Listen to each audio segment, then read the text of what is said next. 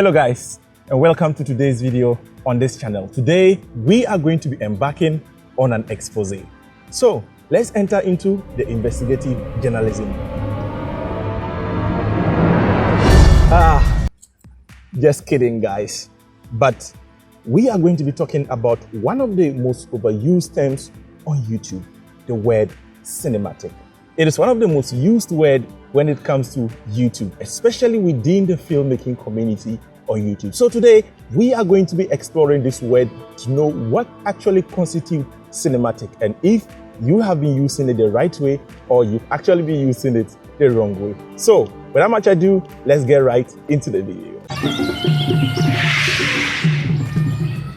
Hello guys, and welcome to today's video on the Africa Amaze channel. On this channel, we take the big Hollywood ideas and we transpose them into smaller ideas so that you, the indie filmmaker across any part of the world, can implement in your works. Today, we are going to be talking about the word cinematic, and I am going to be sharing with you 15 tips by which you can use to improve your cinematography by capturing very cinematic footage. So let's start with defining what cinematic actually means. According to Merriam-Webster Dictionary, the word cinematic is defined as of relating to, suggestive of, or suitable for motion pictures or the filming of motion pictures. Using this definition as a premise for today's video, we can already see that the word cinematic entails a lot. Now, there is a lot of wrong usage of this word, especially when it comes to the YouTube community. And I've realized that most people actually associate the word cinematic to shallow depth of field, but it goes beyond that. And straight away, let's go forward to my tips, and I will be sharing with you 15 tips by which you can improve your cinematography, which will in turn translate into very cinematic footage. So let's get right into it. But before we do, guys, if you're new to the channel, kindly click on the subscribe button and hit on the notification icon so that you get notified anytime we drop awesome content like this on the Africa Amaze channel. So point number one, the first tip is actually to add movement to your shot. So be it crane shot, dolly shot, or moving in or pulling out, just make sure that you have some form of movement around. Playboy, don't expose me because I'm shooting on the drone. And guys, the camera wasn't ready yet, so I was actually shooting this whole vlog on this particular drone. So as you can see, I'm currently filming on the MAVIC 2 Pro. So I'm just pointing the drone to myself, and I'm actually using the controller to actually film this episode. Let me know your thoughts in the comment section below. How does this look?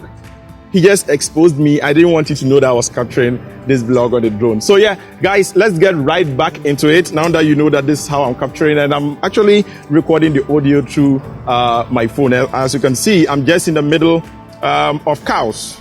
These are the cows. And as you can see, Playboy is there and recording me over there. Okay, so I think now that the camera is ready, let me actually change the vlog to the camera and let's continue with this. As I was saying before, I was really exposed. Just endeavor to always add movement to your shots, and trust me, movement always do magic for your footage because movement would actually add up to the cinematism of your footage. Okay, so let's talk about point number two. Point number two is to always make sure that you have foreground elements within your shot. So for example, you have several layers and you can see the tree within the foreground and you see me at the midground, and of course you have the background. So always have things in between your characters, and this point actually goes to complement the very first thing which we spoke about, which is the movement. When you have foreground elements, even the slightest of movements that you make is actually accentuated or is actually very exaggerated. So if you don't have foreground elements and you can move like 20 meters and it seems like nothing has happened or nothing has taken place. But if you have foreground elements, you can just simply move from left to right, just slight movement, and you will see that the movement is actually going to be really accentuated or it's really going to be exaggerated. And right away, it is going to feel like you used a professional dolly or you actually used a very advanced electronic stabilization gimbal to orchestrate such movements or to be able to get that kind of movement. Tip number three. Tip number three is to make sure you compress your background. How do you compress your background? This is actually achieved by using a zoom lens. So you first of all zoom into the subject or whatever that you are actually capturing, and what that does is that it brings the background very close to your subject. However, in real life, those elements are actually far from each other. So once you start to move the camera around, it creates this very dreamy effect where the background is actually moving faster and your subject is actually moving at a slower pace, thereby creating this kind of very cinematic movement. So do this and trust me, you are going to be adding another cinematic element to your footage. Let's go to point number 4. Step number 4 is to backlight your footage. When you start backlighting your footage, trust me, the look of your footage will certainly change, and it is kind of one of the very secret sauce to producing very cinematic images. So for example, just as you're watching me right now, I have the sun facing me like this, and it's kind of just like the key light.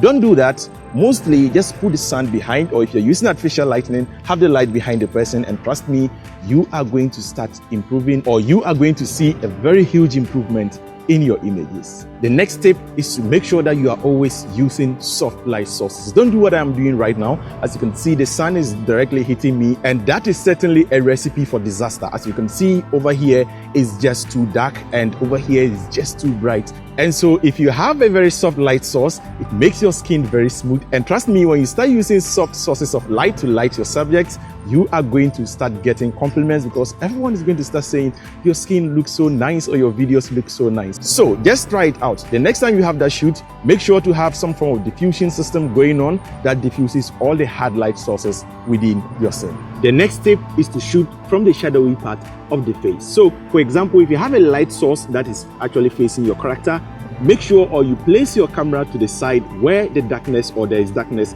on the face. A clear example is the images you are seeing on your screen right now. As you can see, the light is on the other side of the face and the camera is on the shadowy part of the face, or the camera is actually shooting from the shadowy part of the face. So this is another secret sauce to making your footage very cinematic. Try this out and trust me, you are going to be upping the quality of your footage, and that is actually going to be translating into cinematic footage. Let's go to the next point.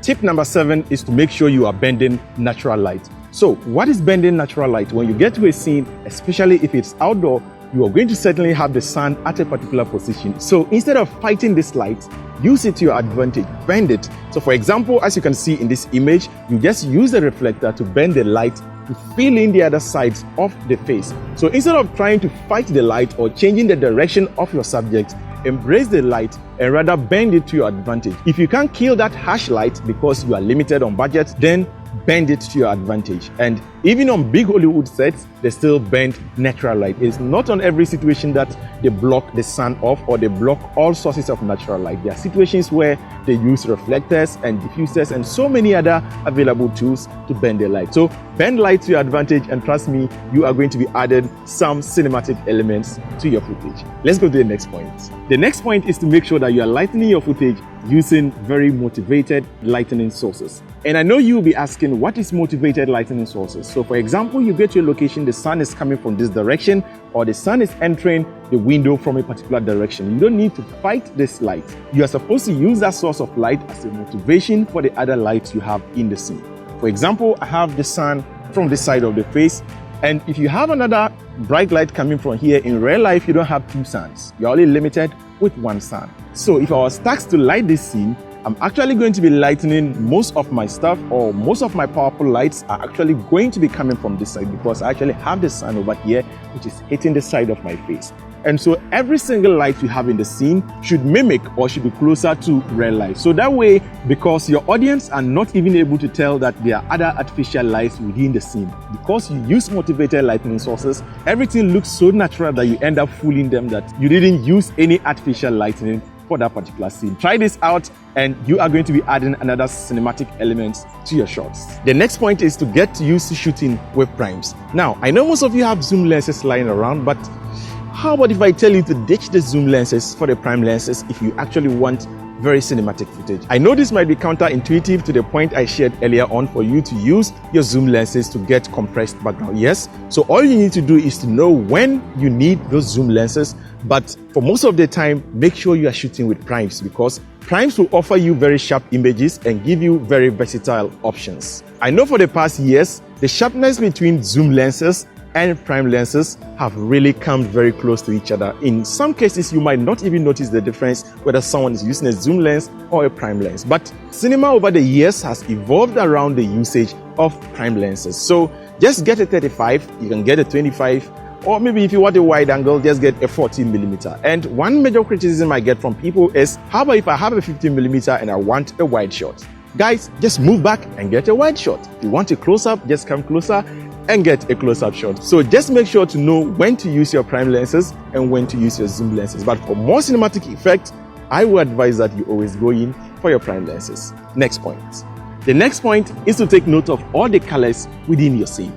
Don't just shoot any color or don't just point your camera towards any color, because trust me, certain colors look much more cinematic than others. And that is why your classic Hollywood films have evolved mostly by using certain color schemes like the teal and orange. And this is actually achieved on set, where walls are painted teal or orange, or the characters are actually wearing teal shirts or orange. So just pay keen attention to most of your Hollywood films, and you are going to be seeing this because it is one of the secret sources to adding cinematic elements to your footage. However, this can also be achieved using color grading, but mostly I realize that this is overdone. So just make sure that if you intend to have a teal and orange color grading system, make sure to have teal and orange within the shoot, the time you are shooting the scene. And don't just rely on post to make the magic. So just make sure that you have part of the thing happening practically, or you just use color grading to enhance the whole process. And trust me, you are going to be adding another cinematic elements to your shot. Next point. The next point is to add fog or haze to your shot. Guys, trust me, fog or haze can actually be the difference between an amateur and a professional, and a mediocre footage and a professional footage. Just try this. The next time you have a shot to shoot, trust me, just put some few minutes, make sure to have some haze there, or just make sure to have some smoke. And trust me, you are going to be shocked with the level of quality that you are going to come up with. So fog and haze, I just don't know the psychology behind this, but immediately you introduce this into your shot, then it makes your shot very, very cinematic. Like I said, it's a whole package. So let's go to the next point. The next point is, don't always follow the 180-degree shutter rule.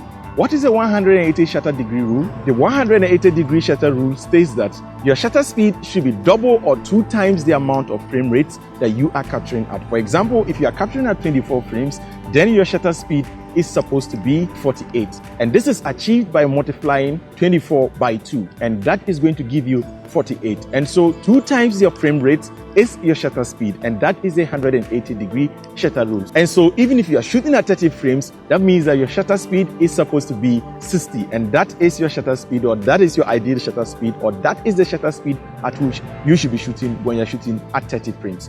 And so the film professionals and everyone, or when you're getting started, all you are told is that you need to follow this rule religiously. You must always make sure that your shutter speed is double the amount of frame rates at which you are capturing. But trust me, there are instances where this doesn't work. So just endeavor to break these rules once in a while. For example, if you are capturing sports or very fast-paced actions, when you are capturing such events, just make sure to crank up your shutter speed just a little above your ideal shutter speed. And trust me, you are going to be capturing some very cinematic footage. The next point is, don't be afraid to try out new things on set. Trust me, some of the very cinematic shots you see in your classic Hollywood films were actually achieved so-called by mistake, because those were not part of the initial shots, or those weren't part of the storyboard. So when you get to set and there are new ideas, just make sure to experiment with that. That doesn't mean you aren't organized or you don't have a working plan. You could actually have a working plan, but when you get there, certain things within the set might dictate new things to you. And don't be afraid of this change. Embrace it, and trust me, most of the times, those are the things that end up adding those little source of cinematicness to your footage. The next point is to get low to the ground. So as you can see in this image right now, I have the camera almost lying on the ground and me talking to the camera. Human beings have evolved over the time to see the world from their standing point of view. So anytime you change the narrative, for example, by putting the camera or shooting lower from the ground, you add this new whole dimension to the images. And if you want to eulogize a character or really show that this character is really powerful, always shoot that character from a low angle. And the opposite for this is also actually true. If you want to make or let a character look very vulnerable, all you need to do is to shoot that particular character from above, and that character is actually going to look very vulnerable. So if you want really nice images or to add that little cinematicness to your footage, just make sure that you are always shooting your images below eye level. And guys, make sure not to overdo this, because, for example, this angle at which I'm shooting right now is actually really extreme. So just practice it in moderation. Next point. The next point is don't follow these rules. I know, guys, that sounds counterintuitive. What I actually mean is don't follow these rules religiously. So at the end of the day, it's an art form, so just play around it. But I'm sure the next time you hear the word cinematic, then you know that it actually entails a lot, so that we don't all end up using it loosely for just having shallow depth of field or just having one cinematic element within the shot. You realize that it entails a lot, or a lot of things actually add up in order for you to be able to get a cinematic footage.